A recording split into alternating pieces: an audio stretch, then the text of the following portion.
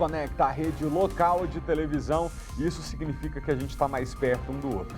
É hora de ver as notícias que mexem com a nossa vida. Alô, Distrito Federal, alô, entorno. Eu sou Felipe Malta. É hora de jornalismo responsável, sem perder o otimismo.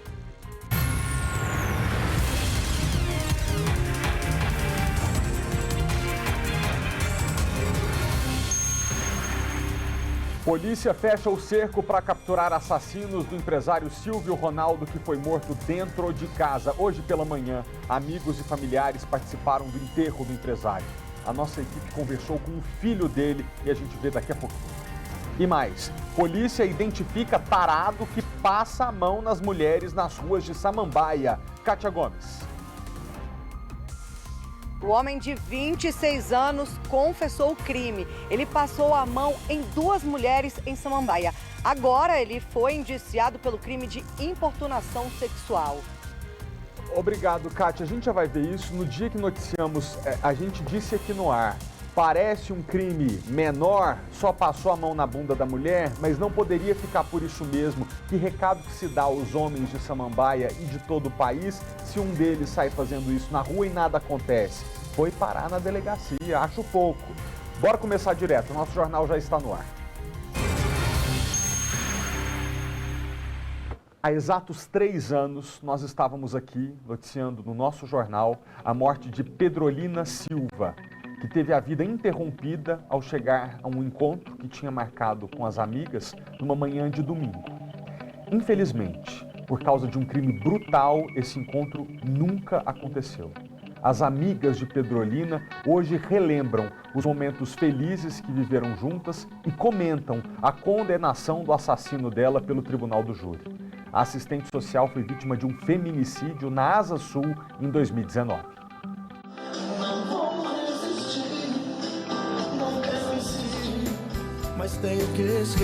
Era assim que as amigas viam Pedrolina aos 50 anos de idade. Alegria, força, determinação, né? Ela era uma mulher muito espontânea, alegre, uma mulher negra, vindo da periferia, né? Ela trabalhava lá conosco, mas assim, ela sempre tinha essa perspectiva, né? De querer crescer, de ter a liberdade financeira dela. Depois de 3 anos sem conviver com a amiga querida, as 5 mulheres que trabalharam juntas com Pedrolina ainda lidam com a dor da perda. Ela era uma pessoa tão cuidadosa com o próximo que a forma como ela foi embora, não tem como a gente acreditar. Até hoje eu não acredito no que aconteceu. Ela não merecia, acho que ninguém merece ter uma morte assim, mas ela era tão cuidadosa com as pessoas que... Foi no dia 1º de setembro de 2019 que Pedrolina teve a alegria de viver interrompida. Era um domingo. A assistente social tinha marcado de esperar uma amiga em uma parada de ônibus da L4 Sul. Juntas, iriam para um clube, mas o encontro não aconteceu. Imagens de câmeras de segurança de uma faculdade particular em frente ao local mostram um homem correndo em direção ao ponto, às 9h42 da manhã. Pedrolina é atacada, tenta se defender, mas é rendida, arrastada e violentada pelo criminoso. Depois de tudo isso, ele pega o chip dela, coloca no celular dele e liga para a esposa que estava grávida. 2 horas depois que matou a Lina, como se nada tivesse acontecido. Ela gritou, pediu socorro, ninguém ajudou, achou que era uma briga de casal e não. Ela estava sendo levada para ter sua vida ceifada. Rômulo Ramos Siqueira, na época com 24 anos, foi apontado pela Polícia Civil do DF como assassino. Um exame genético reforçou a certeza dos investigadores sobre a autoria do crime. Rômulo trabalhava como vigilante no serviço de limpeza urbana, próximo ao local onde matou Pedrolina. De acordo com a polícia, no dia do assassinato, Rômulo disse que só queria roubar o celular da vítima. Mas, durante o assalto cometido com uma faca, ele decidiu estuprar e matar Pedrolina para não ser reconhecido. As imagens mostram claramente ela parada, o indivíduo vem correndo, ela entra em luta corporal, ela resiste muito, ainda assim ele arrasta, em algum momento ela cede, ela a resistência dela, você vê que diminui, talvez pela ameaça, ou ele tivesse algum instrumento, uma faca, alguma coisa, e ele acaba arrastando ela. No dia 20 de julho de 2022, o Tribunal do Júri condenou a 39 anos de prisão o homem que estuprou e matou Pedrolina. Para as amigas, nada que aconteça vai trazê-la de volta. Ainda que tenham sido 39 anos, o nosso sentimento sempre vai ser de que não há justiça, de que não vamos tê-la de volta e, se fosse possível mais tempo, seria o justo. Para a gente isso era o mais importante, né? A gente ter conseguido salvá-la, o que infelizmente não foi possível, ou tê-la de volta, mas infelizmente isso não vai ser mais possível. Na condenação, o Tribunal do Júri aceitou todas as denúncias feitas pelo Ministério Público. Homicídio qualificado por feminicídio, motivo fútil, meio cruel e impossibilidade de defesa da vítima. Rômulo foi condenado também pelo estupro e pelo roubo dos pertences de Pedrolina. A polícia, trabalhou efetivamente, conseguiu encontrar realmente quem foi que cometeu o assassinato, Então, assim, eu avalio de uma forma positiva, que ele tenha sido encontrado e julgado pela justiça, As amigas consideram que Pedrolina deixou um legado. Todo mundo pode vencer na vida. É o exemplo de uma mulher humilde que trabalhava com serviços gerais e que, com muito esforço, conseguiu concluir a faculdade. Numa sociedade em que existem tantas pessoas marginalizadas e que se dizem não ter oportunidades, e ela, sim, foi o exemplo claro dessa pessoa, guerreira, lutadora.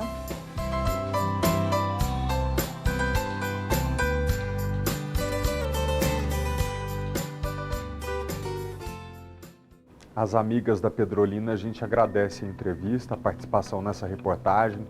Fica a homenagem à memória dessa mulher batalhadora que sucumbiu à maldade do ser humano, de gente que não entende que o outro também tem direito de viver e de ser feliz. O que muita gente no Brasil ainda não consegue internalizar no coração é que tirar a vida de outra pessoa é impedir que aquela pessoa viva, ame, evolua, que ela erre, aprenda, que ela cumpra a sua jornada aqui na Terra. Para quem acredita em algo além disso aqui que a gente fica muito revoltado, mas depois que passa o luto, beira a pena, beira a dó. Imaginar o que alguém que tira a vida de outra pessoa vai ter que responder perante Deus por ter feito o que fez. A gente continua agora com um caso parecido. Crueldade que tira a vida de alguém que era muito amada, pessoa muito amada pelas pessoas. Foi enterrado agora há pouco o empresário Silvio Ronaldo, de 57 anos de idade, que morreu dentro de casa depois de um assalto no Grande Colorado. Ele era dono de um restaurante na 114 da Asa Norte, o Silvios, e foi alvejado por pelo menos 4 tiros. A repórter Kátia Gomes acompanhou a despedida hoje pela manhã. Kátia, você conseguiu conversar com alguém da família? Com você. Oi, Malta. Sim, consegui conversar com o filho dele. Ele fez questão de falar como que o pai dele era uma pessoa boa, querida, um trabalhador, uma pessoa muito honesta e que, claro, todos estão bastante abalados, sentindo falta dele e querem justiça. Como você disse, o empresário ele foi morto na casa dele. Tudo indica, segundo a polícia, que tenha sido um crime de latrocínio, que é o roubo seguido de morte. Isso porque as investigações apontam que o Silvio, ele andava com uma grande quantidade de dinheiro, praticamente ele todos os dias, porque no restaurante dele, ele só aceitava dinheiro ou Pix, não aceitava cartão. Então ele costumava levar dinheiro para casa em grande quantidade e isso tudo pode ter atraído a atenção dos criminosos. Inclusive dentro da residência dele havia um cofre. Então hoje pela manhã nós acompanhamos o velório do Silvio, todo mundo muito triste, muito abalado. O filho dele conversou com a gente em relação às investigações. A polícia diz que já identificou os criminosos, só que até o momento ninguém foi preso. Vamos ouvir então um trecho da entrevista do filho dele falando um pouquinho sobre o empresário. Meu pai ele não era envolvido, até onde a gente sabe, com atividades ilícitas. Ele não mexia com nada ilegal, ele era uma pessoa super trabalhadora, trabalhava de segunda a segunda, todos os dias da semana, sem exceção. Uma pessoa que vivia para trabalhar, entende? Então a gente cobrava muito dele que ele descansasse mais e ele se negava a descansar porque ele trabalhava de segunda a segunda e o restaurante dele era a vida dele. Ele tinha um cofre em casa e eu não sei te falar se ele transportava o valor total para a casa dele, mas o fato é que ele recebia apenas em dinheiro em espécie e Pix e provavelmente transportava isso com ele ao final do dia de trabalho. Pois é, segundo as investigações, os criminosos levaram cerca de R$5 mil. A polícia encontrou dentro do bolso do empresário cerca de R$2 mil e mais ali quase R$900 jogados no chão, né? Além de carteiras, documentos, armas e munições. Eu tentei hoje pela manhã conversar com o delegado responsável pelo caso, Laércio de Carvalho, para saber se tem alguma novidade, mas infelizmente ele não atendeu as nossas ligações. Claro, a gente sabe que a polícia está nas ruas, está à procura desses criminosos que já foram identificados, mas até o momento, então, a gente tem a informação de que esses criminosos que cometeram esse latrocínio estão foragidos. Aqui pela manhã, como eu disse, né? Inclusive vocês ouviram aí a entrevista com o filho, o clima foi de tristeza. O velório começou por volta das 8 horas da manhã e o enterro foi às 11 horas da tarde. A família, inclusive, pediu que a gente deixasse para eles reservado o momento do enterro, que a imprensa não acompanhasse, porque era um momento muito doloroso para a família. E, Malta, a gente segue acompanhando nesse caso, né, todos os desdobramentos. A informação que nós temos até hoje é isso, né? Para quem não acompanhou esse caso, o Silvio ele foi surpreendido pelos criminosos quando ele saía de casa para fazer uma caminhada, né? Quando ele foi surpreendido pelos criminosos que já chegaram atirando, ele correu, ainda se trancou dentro do carro, dentro do quarto, desculpa, mas um dos bandidos acabou atirando pela porta e um dos tiros ainda atingiu a cabeça do empresário que morreu lá no local, né? Eles fugiram levando toda a quantidade de dinheiro que conseguiram, né? O cofre, né, segundo informações que nós recebemos, não foi mexido, né? Continuou ali na residência. Então agora a polícia segue aí à procura desses criminosos que tiraram a vida do empresário de 57 anos, que era muito querido ali na região, bastante conhecido. Ele já tinha o restaurante dele há cerca de 30 anos.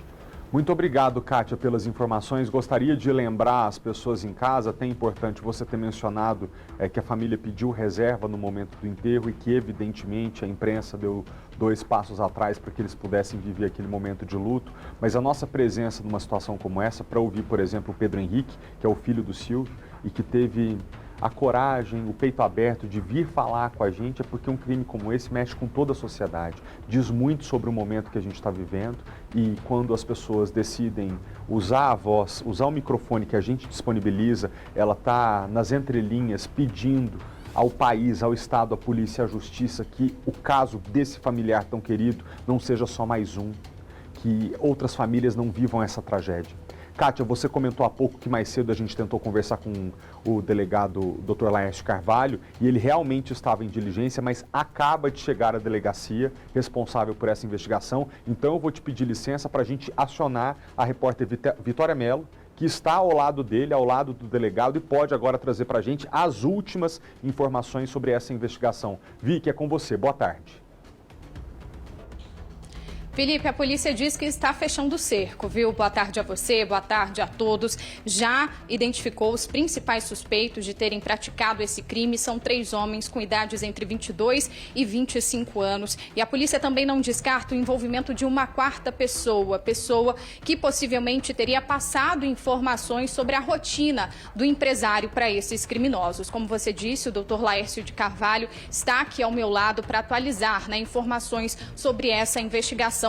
Doutor, como eu comentei, o cerco, o senhor disse que está fechando. Vocês já sabem por onde andam, né, esses suspeitos? Porque são suspeitos conhecidos, né? Com certeza são indivíduos do mundo do crime. Nós estamos com uma equipe empenhada 24 horas por dia nesse cerco estamos mapeando os lugares onde eventualmente esses indivíduos trajetam e a nossa expectativa é nas próximas horas colocarmos esses marginais atrás das grades. Contamos com a colaboração da comunidade, alguém que esteja vendo essa matéria, que saiba do paradeiro desses infratores. Eles são bandidos conhecidos na região, então é possível que alguém possa colaborar com a polícia, ligando no 197 e denunciando o paradeiro desses marginais. Vocês acreditam que eles ainda estejam aqui no DF?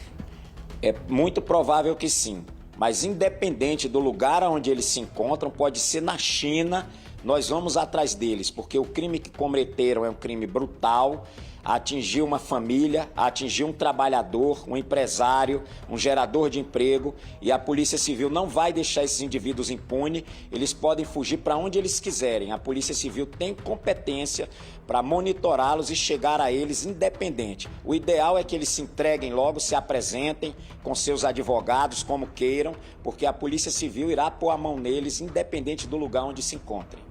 Doutor, as imagens de câmeras de segurança inicialmente mostraram o carro passando esse Peugeot preto ali após o crime. Depois uma imagem, né? Vocês tiveram acesso à imagem de um dos bandidos abandonando esse veículo. A suspeita é que ele queria se desfazer do veículo. É verdade, a intenção dele era incendiar esse carro para apagar provas. Nós já estávamos cercando esse indivíduo, cercando esse carro. Ele percebeu ali a movimentação próxima a ele e viu que não teria oportunidade de fazer o que pretendia. Então ele tratou de abandonar o veículo à margem de uma rodovia federal e empreender fuga. Esse é mais um dos marginais que está sendo monitorado por nossas equipes e que será preso logo, logo.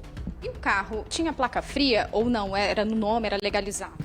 O carro pertence a um dos marginais que integra esse grupo criminoso. Estava no nome de uma senhora que mora distante daqui, que há mais de 5 anos havia vendido o carro, mas ninguém nunca tinha tomado as providências para a transferência. Fizemos aí o rastreio e acabamos chegando no atual proprietário do carro, que é um dos envolvidos no crime. E existe a suspeita da participação de um quarto envolvido, pessoa que teria passado informações sobre a rotina do empresário. Vocês já têm ideia de quem possa ser essa pessoa? Nós estamos monitorando pelo menos 3 indivíduos suspeitos de ter sido. Um deles será a pessoa que teve acesso a essa informação privilegiada sobre a rotina de vida da vítima e tratou de arregimentar esses marginais, que são experientes no mundo do crime, para trazê-los para o cometimento desse delito. Então é uma questão também de aprofundar a investigação e definir quem foi essa pessoa que teve acesso a dados tão precisos sobre a vida da vítima. No dia do crime, né, teve aí uma confusão sobre o que teriam levado, né, da vítima. Ficou para trás ali uma quantia de R$900, depois acharam no bolso da calça do empresário também cerca de R$2.000. A polícia já sabe o que levaram? Nós sabemos que levaram uma grande quantidade, valor em espécie. A probabilidade maior que tenha sido algo em torno de R$5.000, mas já surgiu uma terceira informação de que o valor seria bem mais elevado. As investigações, ao final, irão definir qual foi esse valor exato em que foi subtraído da vítima.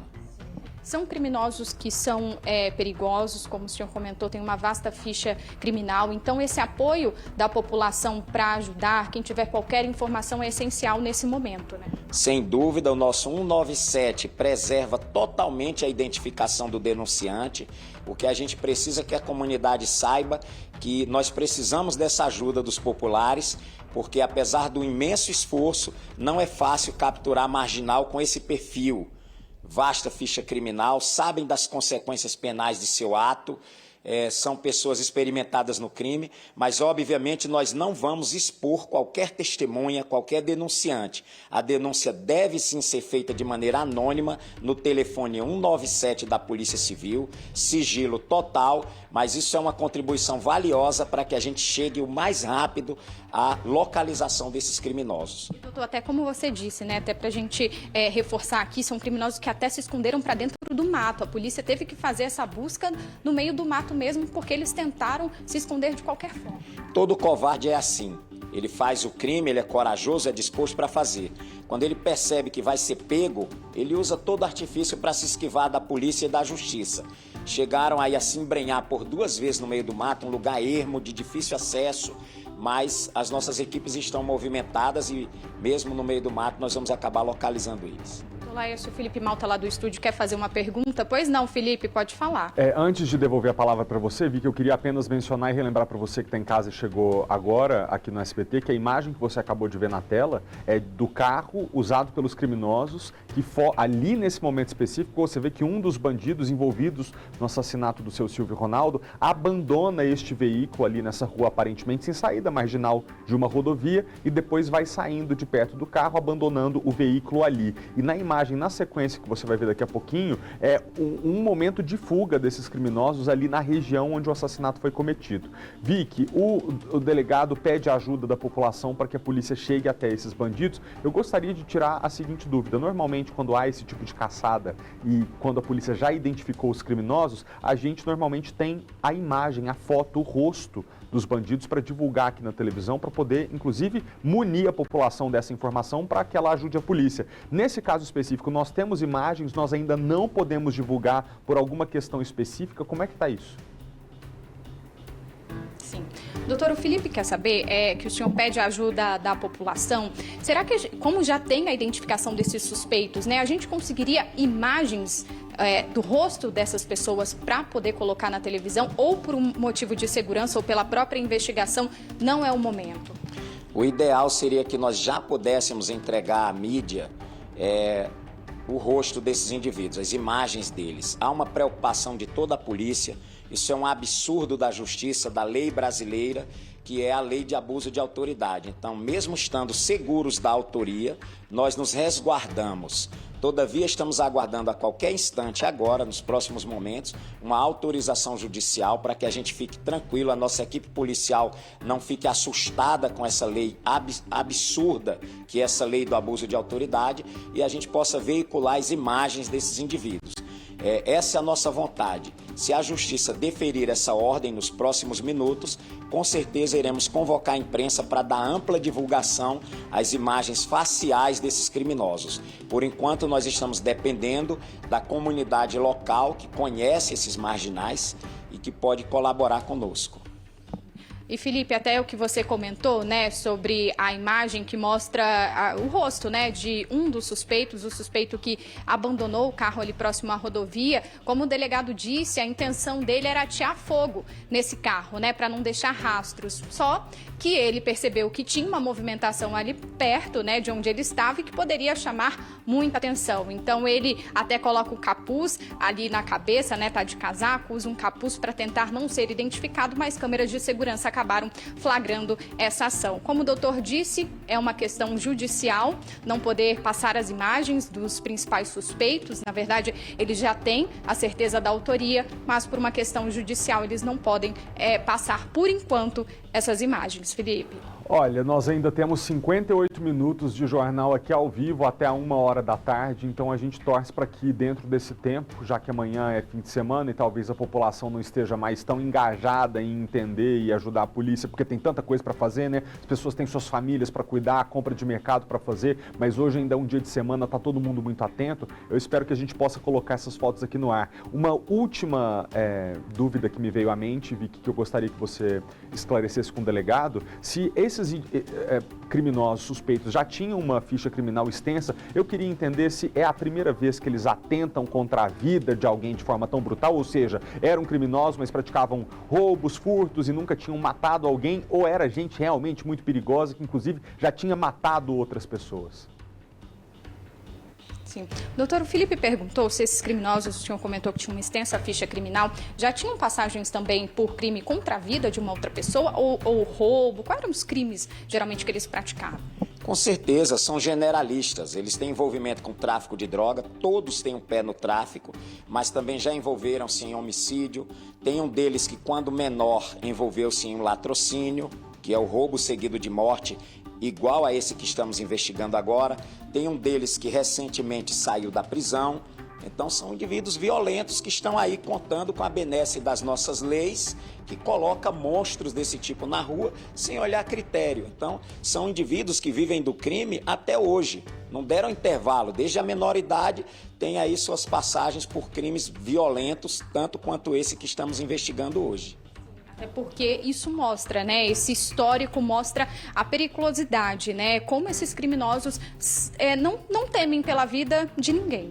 Com certeza, uma prova disso é tirar a vida desse rapaz que já havia entregado o dinheiro a eles. É bom que se diga isso, o empresário já tinha entregue na mão deles o dinheiro, tanto que fugiram com elevada soma de valores, não é?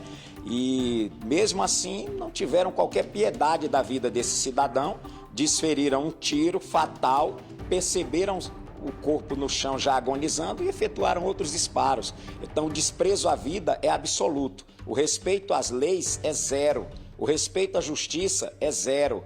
Esses indivíduos não conhecem esse tipo de respeito.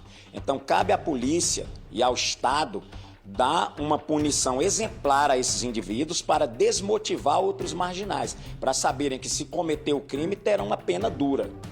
Obrigada, doutor.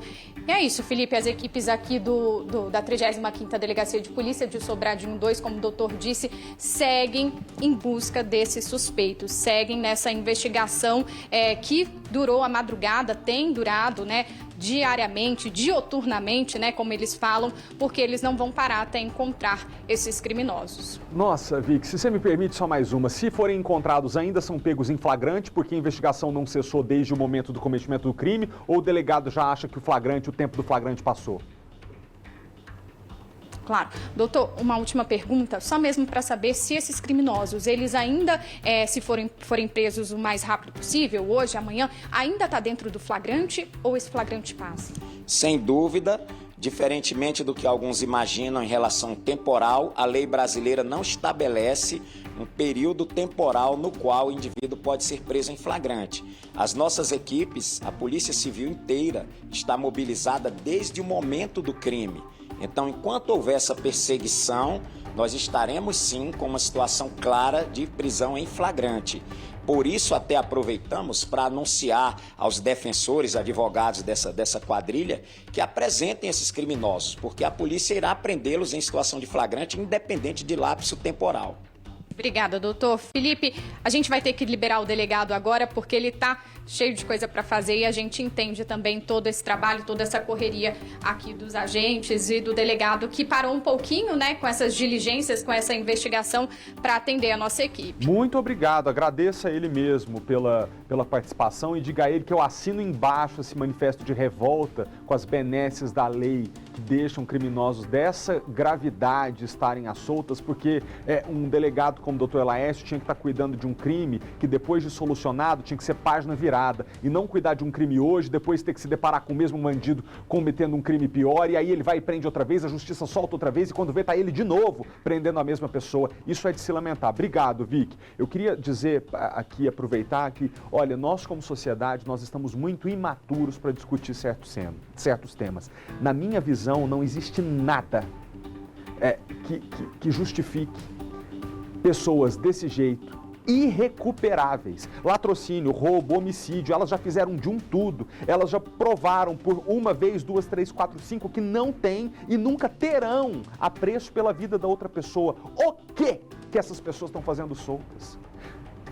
Se é falta de cadeia, a gente vai ter que construir cadeia. Não, mas construir cadeia não resolve, tem que investir em educação. Eu concordo, tem que investir em educação também, mas com esse aí que não tem jeito de recuperar. Vocês estão entendendo que essas pessoas não querem se recuperar? Porque depois que ela aprontou todo tipo de brutalidade, nós não estamos falando de crime pequeno, a gente não está falando de um crime que é cometido pela fome, é o furto de algo no mercado, é um menino adolescente cooptado pelo tráfico que leva uma trouxinha de maconha, a gente não pode jogar ele numa cela cheia de monstro, porque senão aí ele vira irrecuperável. Não, eu estou falando de gente que já não tem mais conserto, não consegue mais conviver do lado da casa da gente, ela tem que estar presa. Cadê a vaga na cadeia para ela?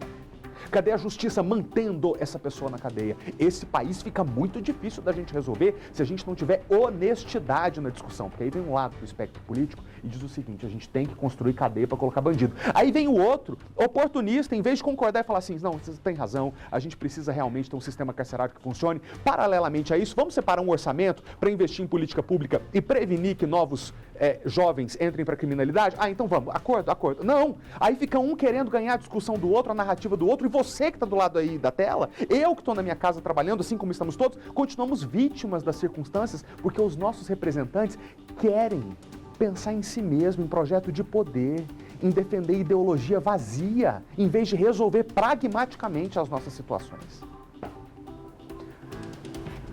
Espero que até o final do jornal a gente consiga colocar o rosto dessas pessoas aqui e ajudar a população de Sobradinho, do Grande Colorado, de todo o Distrito Federal a ficar atenta e ajudar o Dr. Laércio a capturar esses assassinos. A gente vai falar agora de um caso muito sério, que inclusive serve de alerta para os pais, tão importante, eu já disse isso aqui outras vezes, a gente ficar de olho no que os meninos e meninas estão fazendo na internet. Porque senão você deixa seu filho e sua filha andar sozinho na rua? Não deixa. Internet é a mesma coisa, não pode deixar andando sozinho na internet.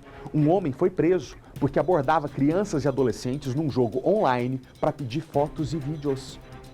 Bora falar agora com o repórter Maicon Leão sobre esse caso, porque ele tem as informações. Ô Maicon, parece que esse homem, inclusive, ó que gravidade, né? Marcava encontros com os adolescentes e terminava abusando sexualmente deles, é isso? É isso mesmo, Malta. Boa tarde para você, para todo mundo ligado no SBT Brasília. Ele chegava a marcar encontros com essas crianças e adolescentes em uma casa abandonada próxima à residência dele em Barra do Garça, no Mato Grosso. Mas ele também fez vítimas aqui no Distrito Federal, utilizando, como você bem disse, uma plataforma do jogo para iniciar aquele contato. Prometia algumas vantagens para se aproximar, ganhar a confiança dessas crianças. E dali do chat do jogo, ele conseguia transferir essa conversa, por exemplo, para o WhatsApp. E lá conversava com essas crianças, induzindo elas a enviarem fotos e vídeos sexuais. Como você bem chamou a atenção, foi justamente por um cuidado de uma mãe que, ao analisar o aparelho, percebeu, opa, essa conversa aqui está estranha, tem algum problema aqui, e procurou a Polícia Civil para denunciar o caso, e a polícia conseguiu identificar esse homem lá no Mato Grosso cometendo esses crimes. A gente vai conversar agora com o delegado responsável pelo caso, Guilherme Souza Melo, para trazer mais detalhes para a gente sobre esse caso. De lá, delegado, ele ia aproveitando essa plataforma do jogo para ir mantendo contato com essas crianças e ganhando a confiança delas, usando justamente algumas posições de vantagem que ele teria. Boa tarde. Exato, ele tem um canal de jogos, né, numa dessas plataformas em que participam crianças e adolescentes, e aproveitando-se disso, ele estabelecia contato com elas, ia conquistando a confiança, prometendo posições de destaque nesses jogos, a ponto de que, uma vez conquistada essa confiança, eles passavam a trocar mensagens. Trocavam mensagens de cunho sexual, elas evoluíam até vídeos e fotos. Ele tinha preferência por crianças até 12 anos. Ele as convencia a se encontrar num ponto lá em Barra do Garça. Tudo isso feito pela plataforma virtual. Uma vez que ele convencia alguma dessas crianças que moravam perto a esse local, provavelmente ele mantinha relação sexual com elas. A gente está apurando esse fato. O que a gente tem aqui em Brasília, ele chegou a conversar e estabelecer essa troca de mensagens e nude com uma criança do Distrito Federal, até mesmo praticando esse sexo virtual, posso dizer assim, o que vai fazer com que ele responda por estupro aqui e por um outro crime que chama de trocar mensagens e nudes envolvendo criança e adolescente. Delegado, ele tinha justamente uma preferência por essa faixa etária. Ele inclusive perguntava a idade, tinha todo esse cuidado criminoso. Exatamente. Ele tinha essa inclinação por crianças, isso fica claro nas mensagens, quando ele pergunta para elas se elas já têm, por exemplo, condições de ejacular uma das crianças, para você ter ideia do grau que é de periculosidade desse. A observação da mãe no conteúdo desse celular é que fez com que nós passássemos a investigar essa conduta. A gente está falando aí de quase um ano monitorando esse homem, Malta, de 30 anos, porque ele, por coincidência, quando a polícia estava perto de pegá-lo em janeiro desse ano, ele deixou o país, foi para a Bolívia e a polícia não desistiu do caso. Continuou investigando, monitorando, e aí agora que ele voltou para o Brasil para passar por uma cirurgia, quase que desembarcando, a polícia já conseguiu capturar, né, delegado? Sim, ele passou por 3 cidades ao voltar para o Brasil sem imaginar que nós estávamos acompanhando ele. Quando ele se estabelece novamente na cidade dele, que é Barra do Garça, nós efetuamos a prisão. Delegado, o que ele fala sobre esse crime? A gente está falando de uma pessoa que não tem passagens, teoricamente é a primeira vez que ele cai por esse tipo de situação. Ele tenta justificar o injustificável? Pela análise dos diálogos que nós temos, nós verificamos que ele tem uma aproximação e um conhecimento do que as crianças gostam e querem nos jogos. né? Isso faz com que a confiança que ele estabeleça com elas seja muito grande, a ponto delas trocarem mensagens e vídeos sem o conhecimento dos pais.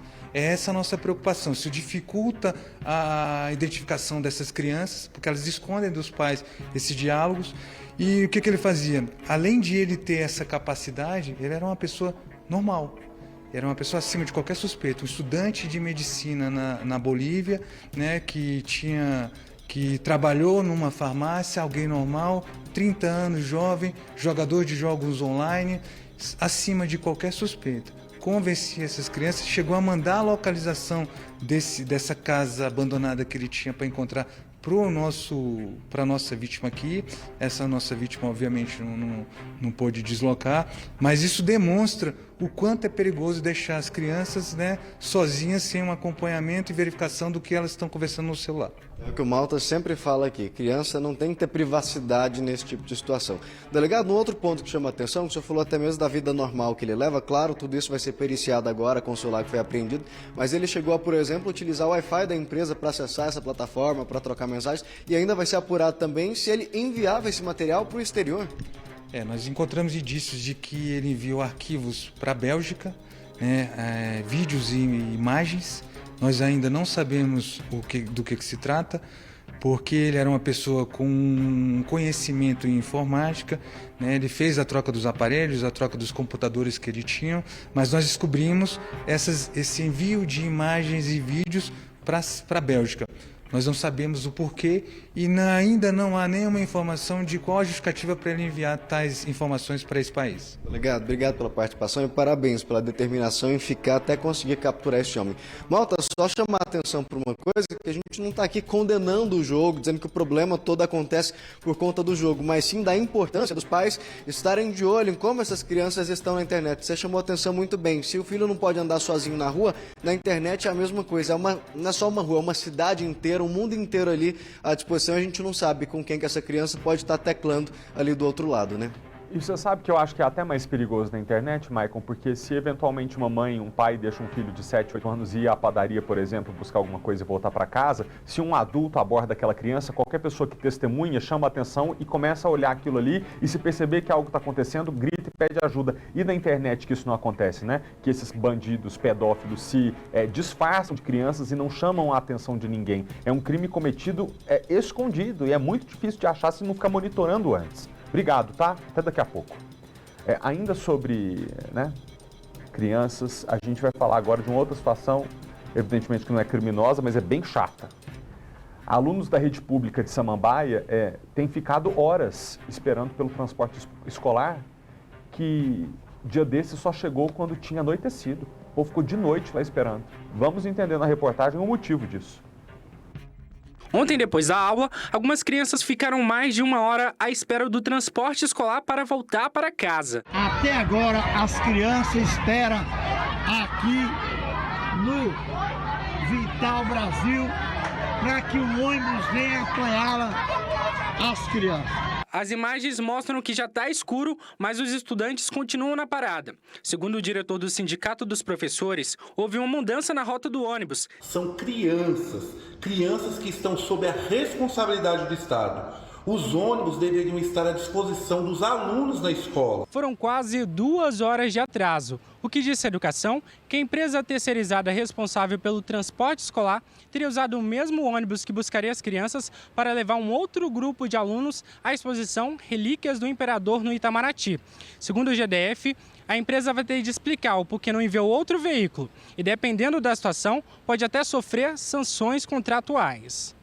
Eu só acho engraçado que a empresa GP Silva Transporte Limitada informou que tem um contrato de fornecer 10 ônibus à Secretaria de Educação e que a Secretaria não pode solicitar mais veículos porque a empresa não recebe pelo envio de mais veículos. A empresa disse ainda que não sabia desse problema e que qualquer questionamento deve ser feito à Secretaria de Educação. A quem a gente pede encarecidamente que, se é o caso de aumentar a demanda de veículos para atender as crianças, que seja feito também. É óbvio que a empresa não pode ficar no prejuízo. O que é contratado é o que é executado. Se precisa de mais, tem que pagar por mais, não é? Veja comigo esse flagrante que a gente recebeu. Um caminhão-pipa estava tirando água de uma lagoa no Parkway. O vídeo foi gravado hoje de manhã, aliás, ontem de manhã, se eu não me engano, por uma moradora da região. A Lagoa do Cedro é uma área de preservação permanente e a água não pode ser retirada de lá. Em nota, a ADASA disse que vai apurar os fatos. Casos como esses, de denúncias de uso irregular de recursos hídricos, podem ser enviados pela ouvidoria do órgão. Uma carreta que transportava frutas capotou aqui no Distrito Federal. Foi na BR-080, no trecho entre Braslândia e Padre Bernardo, bem nas proximidades do Rio do Sal.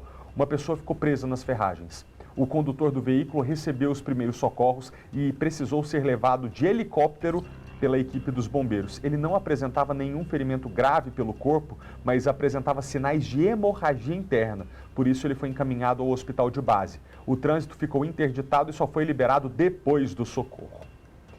Que o Noroeste ainda é um grande canteiro de obras, a gente já sabe, né? Mas os moradores reclamam que, além da poeira, agora eles estão convivendo com depósitos de terra e também entulho em locais irregulares e temem pelos riscos ambientais quando o período de chuva chegar.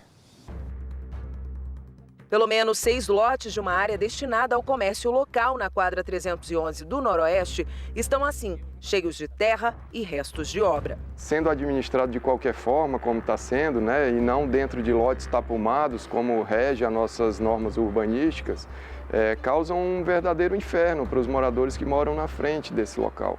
Alguns montes de terra e entulho já passam de 2 metros de altura. São maiores do que eu, que tenho 1,70 m. Parecem estar aqui há tanto tempo que já foram tomados pelo mato.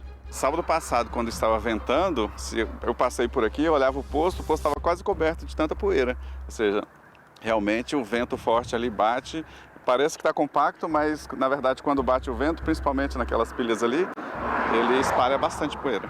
O presidente da Associação de Moradores do Noroeste conta que depósitos de terra e restos de obras não são problemas só da quadra 311.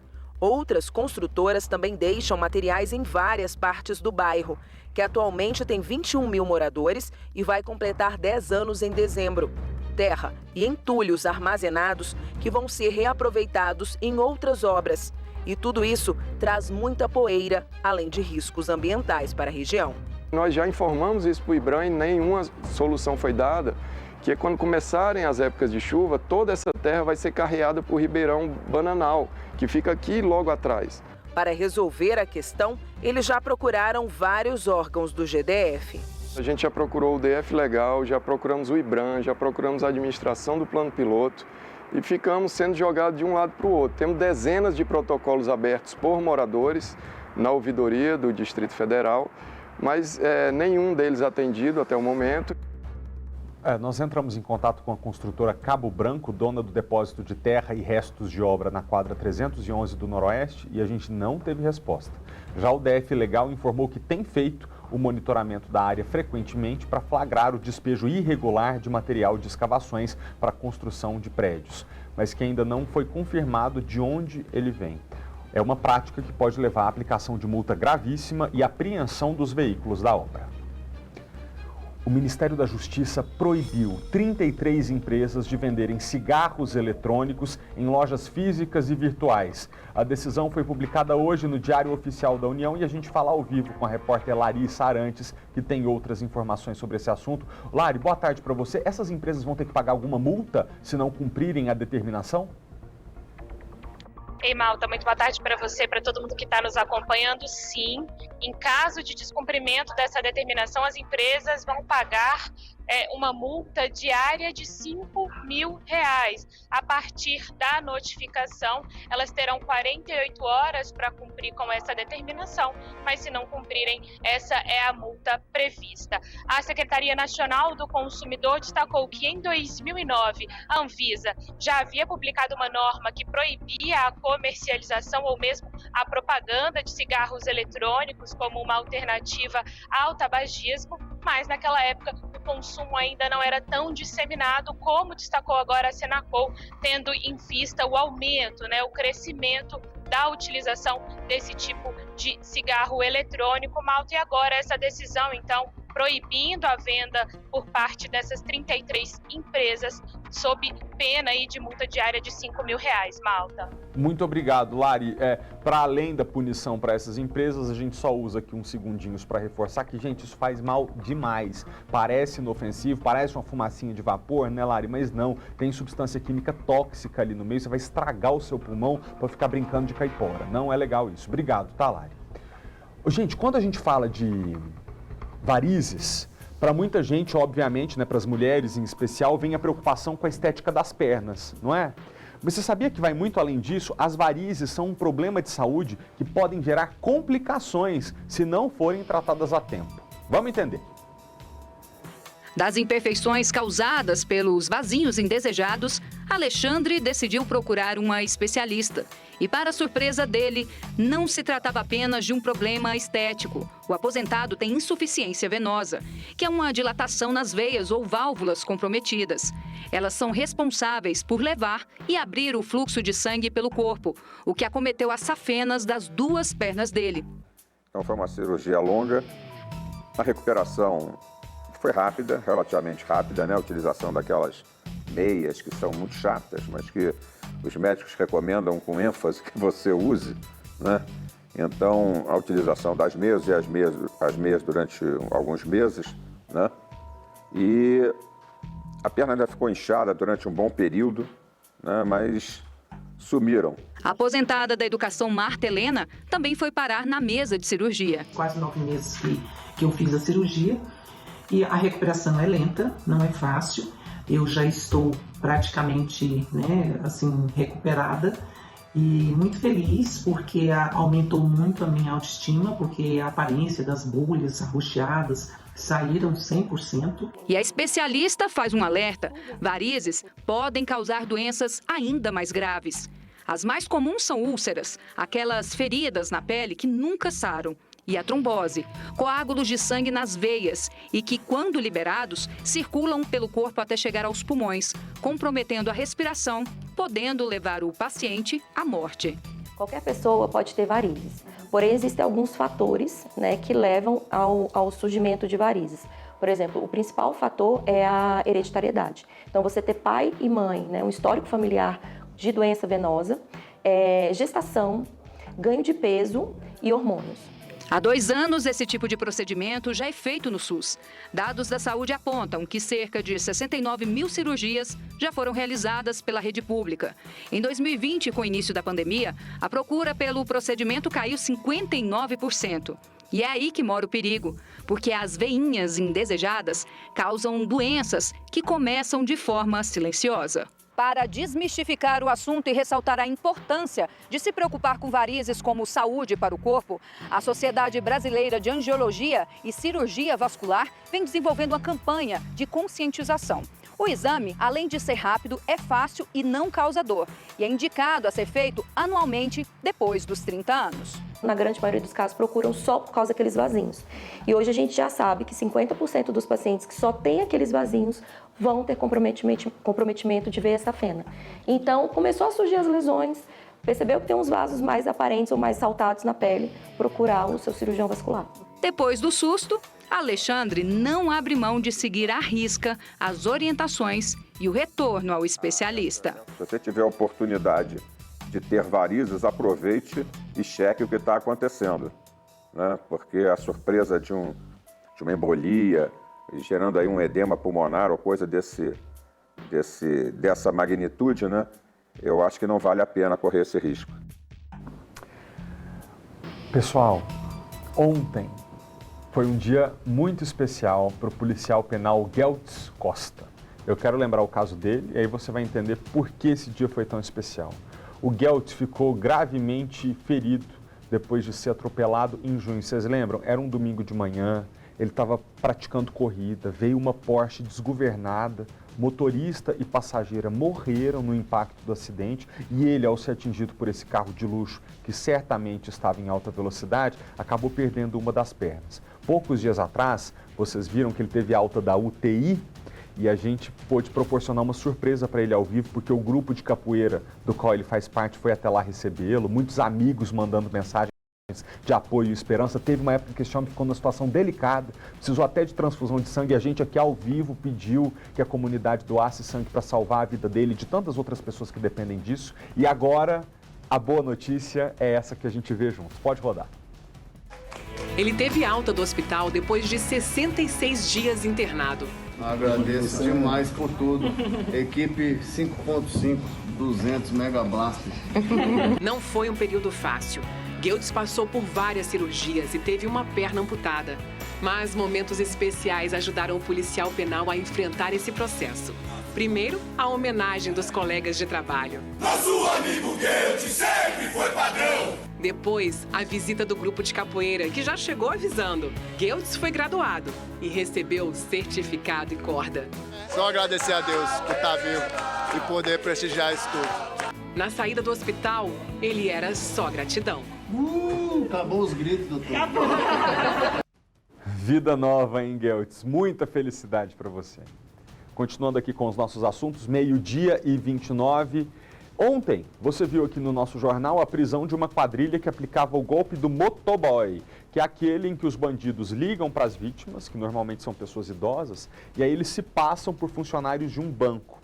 E aí nessa ligação, eles solicitam a senha do cartão e outros dados sigilosos, a pessoa entrega. Depois, manda um motoboy na casa dessa vítima para buscar o cartão físico e aí você já sabe o que acontece, um regaço na conta da pessoa. Hoje o repórter Maicon Leão conseguiu conversar com uma das vítimas desse golpe, essa que teve um grande prejuízo. Ô Maicon, a vítima contou para você como é que foi a conversa com esses bandidos, ela não se deu conta, quando viu já tinha sido passada para trás? Malta, em detalhes, viu? Boa tarde novamente para você, para todo mundo ligado no SBT Brasília. Ela me contou o seguinte, que estava tranquila em casa organizando as coisas quando o telefone fixo tocou. Ela até brincou, já fui atender desmotivada, achando que era aquele povo que liga para oferecer serviço. E aí de repente disseram que não, ó, é do banco, estão tentando invadir sua conta, a gente vai te ajudar aqui. Aí ali, ela já falou, vou cortar essa situação.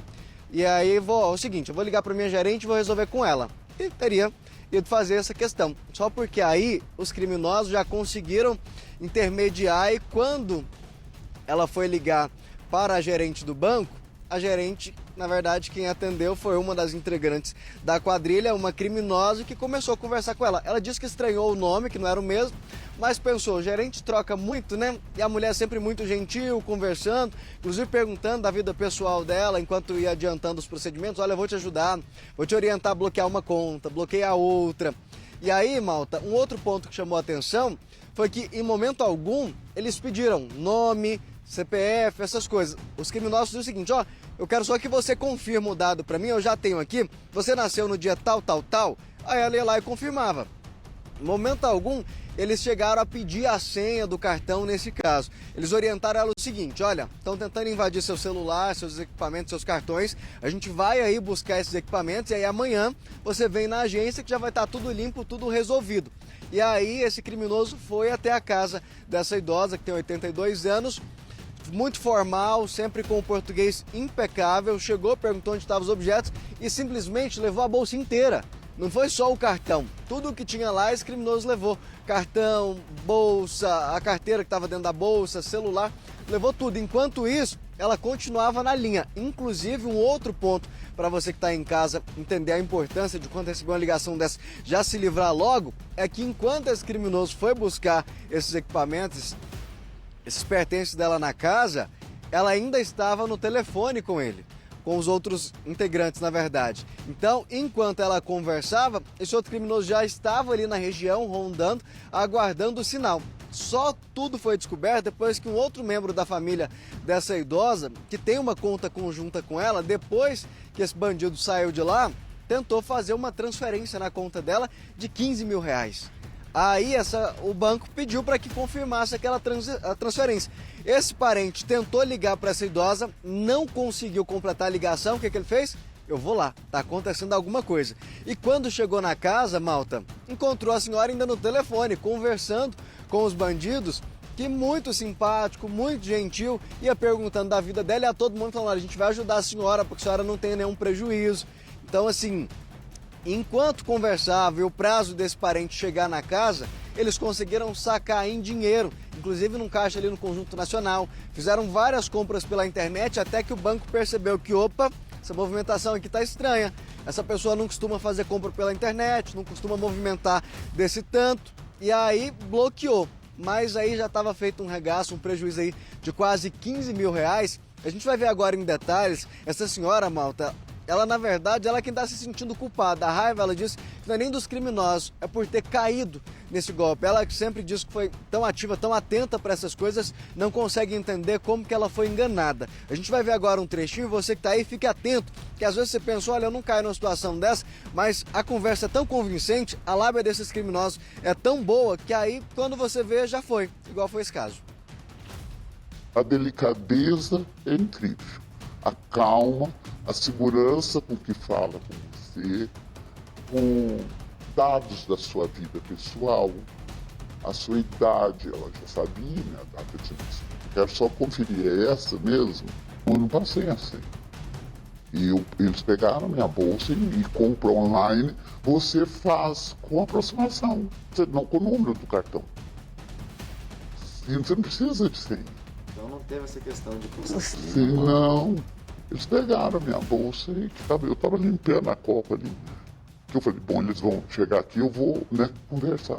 Ele só entrou, pegou minhas coisas, saiu. Ainda saiu com a sacolinha na mão.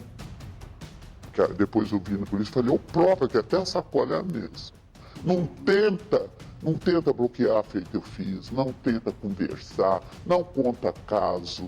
Porque eles contam caso fora do contexto que vai te criando intimidade. Entendeu? São profissionais do negócio. Sabe? Porque eu me considerava muito esperto, agora eu já não considero mais não. Foi assim uma pancada. Demorou, viu, malta, para essa senhora conseguir recuperar desse trauma e tudo. E aí agora, depois que os 4 criminosos foram presos, que a gente mostrou ontem aqui no SBT Brasília, lá no Rio de Janeiro, eles tiveram o trabalho de vir aqui para o Distrito Federal para organizar todo esse esquema. E fica o questionamento, como que esses criminosos tiveram acesso a todas essas informações e, inclusive, enquanto ela estava no telefone, o outro já estava rondando ali. O que a gente faz é reforçar o alerta. Em hipótese alguma, o banco vai te ligar e pedir para que você entregue o cartão para alguém. Desconfiou? Inclusive é uma dica que inclusive essa própria senhora passou. Alguém te ligou, falou que seus documentos, seu cartão foi clonado? Levanta do sofá, desliga esse telefone e vai até a agência. Lá na agência você vai ter certeza se está acontecendo alguma coisa e que lá ninguém vai te passar para trás. E se tiver alguém tentando invadir sua conta, lá você vai conseguir resolver sem nenhum problema, né? Obrigado, Maicon. E outra coisa importante é o seguinte, se você tem o seu cartão em mãos, se você não perdeu o seu cartão e se você não fez nenhuma atitude imprudente, qualquer golpe que você esteja sofrendo ou ataque que a sua conta esteja sofrendo é responsabilidade da instituição bancária. Então, só daí você já fica mais calmo, não se coloca em situação de perigo, porque se for uma falha de segurança do banco, eles vão ter que ressarcir o cliente, ponto final. Não precisa se envolver diretamente com a pessoa que você está desconfiando que é criminosa. Obrigado, tá, Maicon? Hoje, 11h15 da noite, você não pode perder? A praça é nossa, o programa tá demais, além do sangue do Cucurúcio e de todos os personagens que a gente adora, a Neuzinha e Terezão vão receber a visita do ator Júlio Rocha. Bora ver. Vem pra cá, rapaz! Quando? Onde? Por quê? Não sei por que todo velho gosta de praça, cara. Hoje eu arrumo um marido. Uau! Eu sabia que tinha sacanagem no meio. Muito engraçado. Eu tô pronto.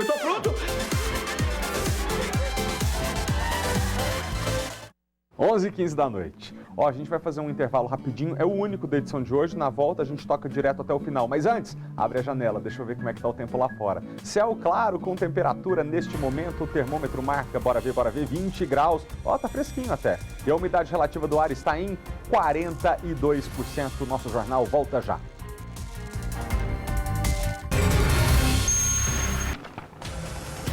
Nós já estamos de volta, vocês me desculpem, tá, gente? Porque eu estava aqui preparando os assuntos que a gente ia tocar agora. Então, 12h40, sejam todos muito bem-vindos, de volta no nosso jornal. A polícia identificou o homem que passou a mão numa jovem de 20 anos de idade que voltava de um supermercado lá em Samambaia. A gente mostrou esse caso aqui há alguns dias e a imagem é verdadeiramente revoltante, porque o homem estava numa motocicleta, chega a mudar a rota dele, a rota previsível que você imagina que ele vai seguir, porque ele avista uma mulher atravessando a rua. Eu não sei se a gente já tem essa imagem aí, mas ia ser muito importante que a gente já colocasse. Você vai entender como sem propósito nenhum que esse homem faz. Olha lá, ele estava do outro lado da rua, vai até a moça, que não consegue nem se defender porque está com 2 sacolas cheias de compra de mercado, parece na mão, só passa a mão na bunda dela e segue o seu caminho. A Vanessa Vitória, nossa repórter, esteve aí esse dia e até na condição de mulher diz quanto uma mulher se sente invadida na sua dignidade quando um covarde sem vergonha como esse, olha a atitude que pratica, o medo que ela fica desse homem voltar de moto e querer fazer algo mais grave. Bora falar com a repórter Kátia Gomes, que tem outras informações, porque esse homem foi identificado. Kátia, com você. Sim, ele foi identificado, inclusive, Malta, prestou depoimento e confessou o crime. Esse jovem de 26 anos não tinha antecedentes criminais e agora vai responder por importunação sexual 2 vezes, porque 2 vítimas foram identificadas, né, como sendo vítimas deste homem, né? Esse crime, como você disse, foi na QN 502 de Samambaia, no dia 18 de agosto. Uma das vítimas relatou que tinha saído da academia e ia até o supermercado quando percebeu esse homem se aproximando. No primeiro momento, ela até achou que seria assaltada, mas depois viu que ele estava ali realmente cometendo essa importunação sexual. Ao relatar o caso para outras amigas, elas também falaram que foram vítimas desse mesmo homem, né? Que passava ali por elas e pegava nas partes íntimas dessas mulheres. Esse homem, né, se ele for condenado, Malta, ele pode pegar até 10 anos de prisão. Ou seja, um jovem de 26 anos que não tinha passagens pela polícia, agora pode ficar um bom tempo na cadeia por conta, né, de uma atitude como essa. Esse homem, por enquanto, ele vai esperar, né, a conclusão aí do inquérito em liberdade. Eu volto com você. Muito obrigado, Kátia, pelas informações. Só mais uma vez, por favor, Oliveira, coloca de novo a imagem na tela.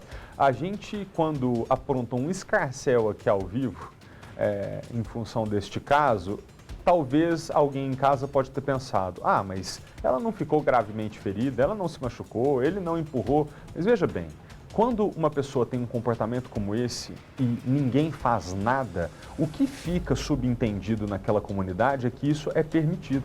Então, seria mesmo importante que a polícia fosse atrás desse homem e ele foi levado para prestar depoimento, em primeiro lugar, porque isso é inadmissível, ele tem que aprender a respeitar as mulheres, na rua, dentro de casa, em todo lugar, e em segundo lugar, e talvez mais importante, porque poderia resultar numa coisa mais grave.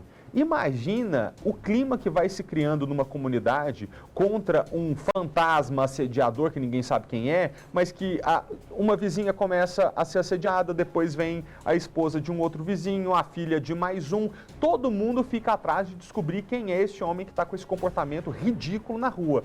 Imagina com que raiva as pessoas o encontram no momento que descobre que é ele. A gente poderia levar, e aí eu não sou capaz nem de defender esse homem numa situação como essa, mas se ele é encontrado pelos homens dessa comunidade, por mulheres, numa situação em que ele não pode se defender, vai todo mundo descer o cacete nesse rapaz, depois de ele ter feito isso aí inúmeras vezes, como é o caso. Então a polícia tem que ir atrás para que ele entenda que é um comportamento inadequado e tem que ir atrás para que isso abaixe a sede de vingança que vai surgindo nas pessoas que têm que conviver com uma palhaçada como essa. Que bom que a polícia conseguiu identificá-lo.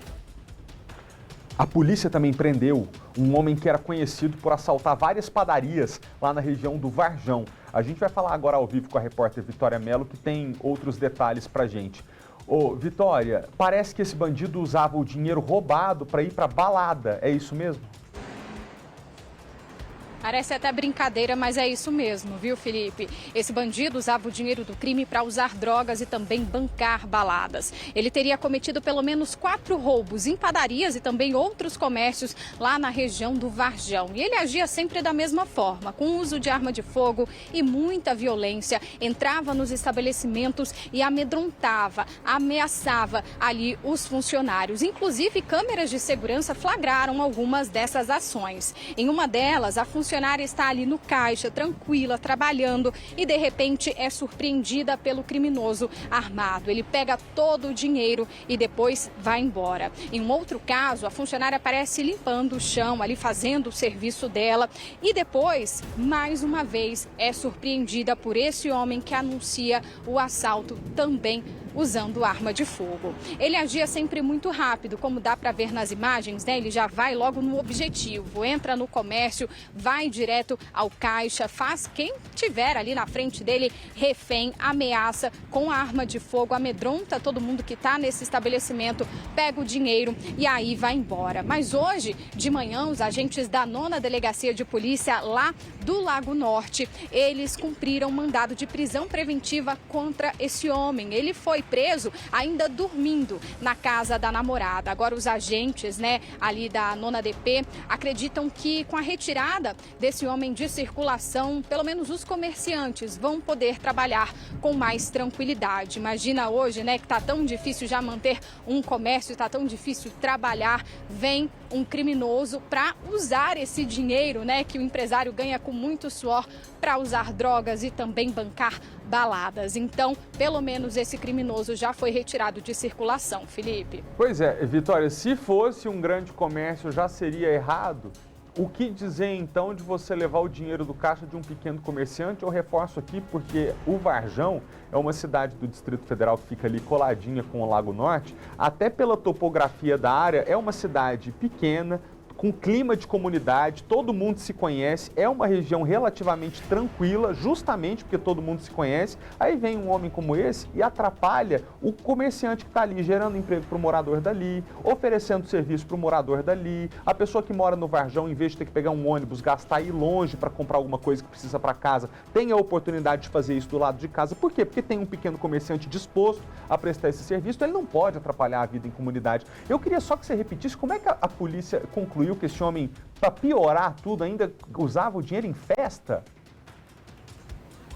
Isso, de acordo com as investigações, isso ficou comprovado, né? Possivelmente ele deve ter confessado a forma com que gastava, né? Usava esse dinheiro. O uso de drogas, que muitas vezes, né? Esses criminosos, a gente sabe, a gente noticia aqui, que usam, né? O dinheiro do crime, dizem que é viciado, tem um problema ali de dependência, então acabam cometendo esses crimes para suprir essa dependência química. E aí, dizem, né, acabam justificando esse crime por uma possível doença, mas a polícia afirmou, ele usava tanto para usar drogas, usava esse dinheiro para comprar drogas e também bancar baladas, sair no fim de semana, aproveitar, talvez aí com a namorada, né, já que ele foi preso dormindo, enquanto dormia. Foi hoje de manhã cedinho que os agentes lá da 9ª Delegacia do Lago Norte foram até a casa da namorada dele e prenderam esse homem que estava ainda dormindo tranquilamente. Então, imagina só, né, você comerciante, tá trabalhando e aí o criminoso, que talvez ontem tenha roubado ali a mão armada com uso de violência, né, rendendo seus funcionários e amedrontando toda ali uma comunidade, estava em casa, tranquilamente dormindo junto com a namorada. Mas os agentes, como eu disse, fizeram essa prisão, uma prisão preventiva, hoje de manhã, Felipe. Muito obrigado, Vicky, pelas informações.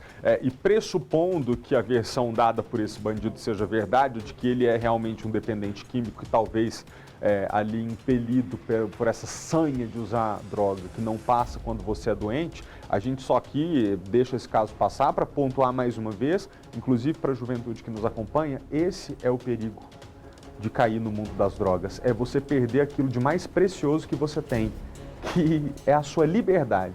Porque quando você se torna um dependente químico, acredite se quiser, você perde a possibilidade de fazer boas escolhas na sua vida, porque fisiologicamente o seu corpo te pede, te obriga, te induz a ir atrás do seu vício. Aí você se torna um prisioneiro disso que hoje está nas suas mãos, escolher usar ou não usar. Outra coisa, cada corpo reage de uma maneira.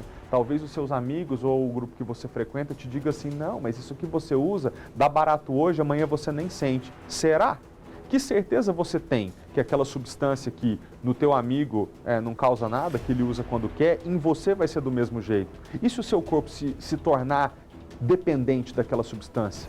Aí fica tudo muito difícil. como se já não estivesse. Então, esse é o alerta. 44 mulheres foram vítimas de violência todos os dias no primeiro semestre desse ano aqui no Distrito Federal. 44 a cada 24 horas, dá quase 2 por hora, se você fizer as contas. Os dados da Secretaria de Segurança Pública mostram que, na maior parte dessas ocorrências, é o sentimento de posse dos ex-companheiros a maior motivação injusta, covarde deles para as agressões.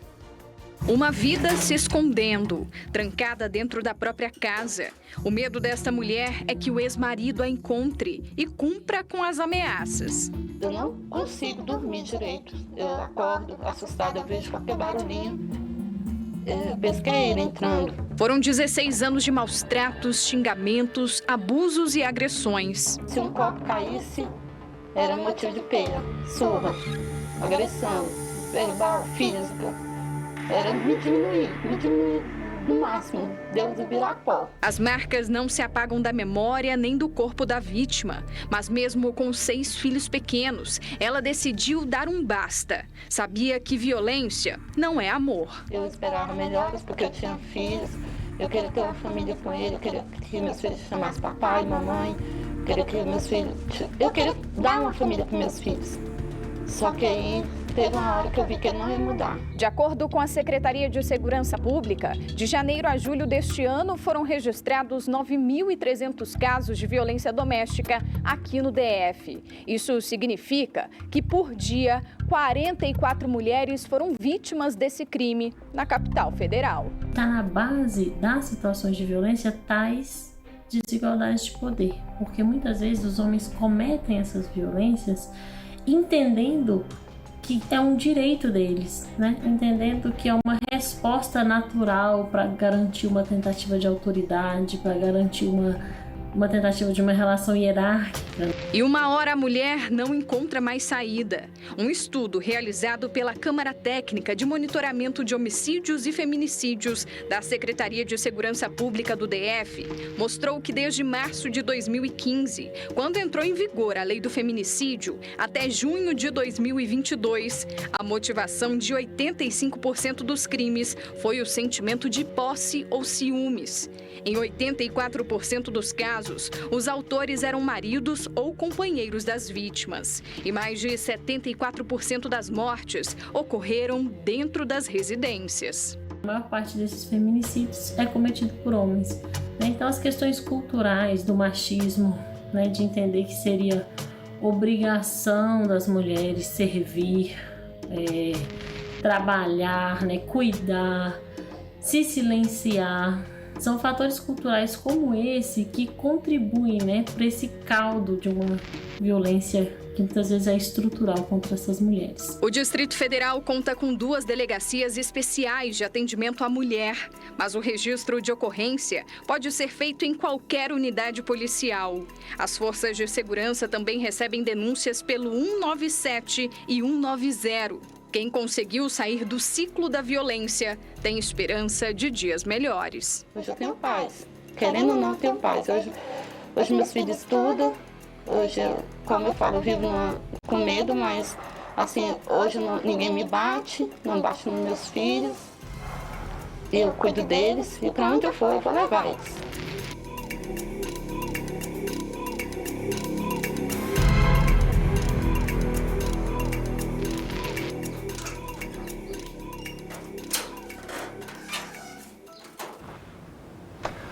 Um novo aplicativo vai ajudar alunos do ensino superior a renegociar as dívidas do Fundo de Financiamento Estudantil. A Caixa Econômica espera beneficiar mais de 1.800.000 estudantes com esse canal de atendimento do FIES. É o seu caso, do seu filho, de alguém que você conhece, está com a dívida do financiamento estudantil? Vamos ver se tem como resolver. A dívida de Rayane com o FIES já estava em R$18 mil quando ela conseguiu renegociar no início do ano. Estava em torno de 40 parcelas, agora eu estou devendo 24. Eu fiz tudo pela internet, foi super rápido. Agora, estudantes e ex-estudantes podem contar também com um aplicativo que poderá ser baixado a partir desta quinta-feira. A nova ferramenta permite consulta de dados, geração de boletos e a renegociação de dívidas com base nas novas regras divulgadas pelo governo governo em julho, que possibilitam acordos nos contratos assinados até 2017. No aplicativo é possível ver se o estudante está apto, simular e fechar o acordo, que só começa a valer após o pagamento da primeira parcela. Alguns descontos podem chegar a 99%. Também será possível, dependendo do caso, parcelar a dívida em até 150 vezes. Quem não tem parcelas atrasadas poderá quitar a dívida com um desconto de 12% se pagar à vista. Esse cliente ele já tem um login e uma senha que utiliza no canal Cifés Web e ele vai utilizar esse mesmo login e senha para o app, para o novo aplicativo do FIES. Rapidamente agora a gente fala de eleições 2022. Veja só, o Tribunal Superior Eleitoral prometeu realizar um teste de integridade da urna eletrônica com eleitores no dia da votação. Durante uma reunião nesta quarta-feira, ficou definido que o teste deverá ser feito com a biometria de eleitores reais. A sugestão partiu das Forças Armadas e tinha sido considerada inviável pela equipe técnica do tribunal.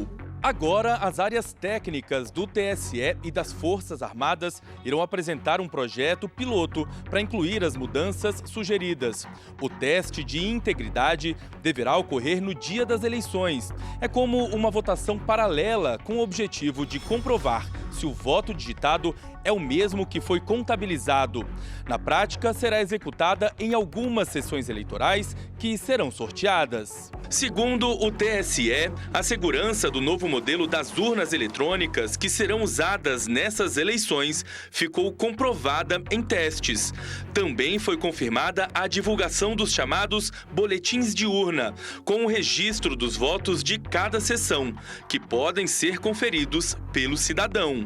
O TSE proibiu a circulação de pessoas, inclusive de caçadores, atiradores e colecionadores, os chamados CACs, portando arma nos locais de votação. A determinação vale para as 48 horas antes e 24 horas depois da eleição, num raio de 100 metros das sessões. Deixa eu pedir licença para você que está em casa agora para mandar um abraço bem forte para o pessoal da Smart Fit da Dom Bosco, porque faz poucos minutos que um frequentador da academia, que é o comerciante Vorix, para quem eu mando um abraço desde já, fez esse registro e mostrou que o pessoal da academia, enquanto está treinando, está ligado no SBT Brasília, primeira edição. Muito obrigado pela confiança de vocês. Vorix, um abraço e, aproveitando que hoje, 1º de setembro, é o dia do profissional de educação física, eu mando um muito obrigado a todos os professores, os personal trainers aí da Smart Fit da Dom Bosco, que enquanto estão realizando esse trabalho tão importante de cuidar da saúde dos seus alunos, também ficam bem informados com o olho no SBT, que está aí sempre ligado, @SBT Brasília. Muito obrigado, tá? Valeu, Vorix! A você de casa, obrigado pela audiência. Recapitulando aqui como é que funciona o nosso esquema, agora, 1 da tarde, começa a propaganda eleitoral obrigatória. Depois, 1h25, o pessoal entra aqui de novo com a programação local com o SBT Esportes Brasília. Então, combinado? Segura aí, se for fazer outra coisa, volta, 1h25 tem o esporte. Obrigado pela audiência, amanhã a gente volta a se ver, 15 para meio-dia, ao vivo, aqui no SBT. Tchau!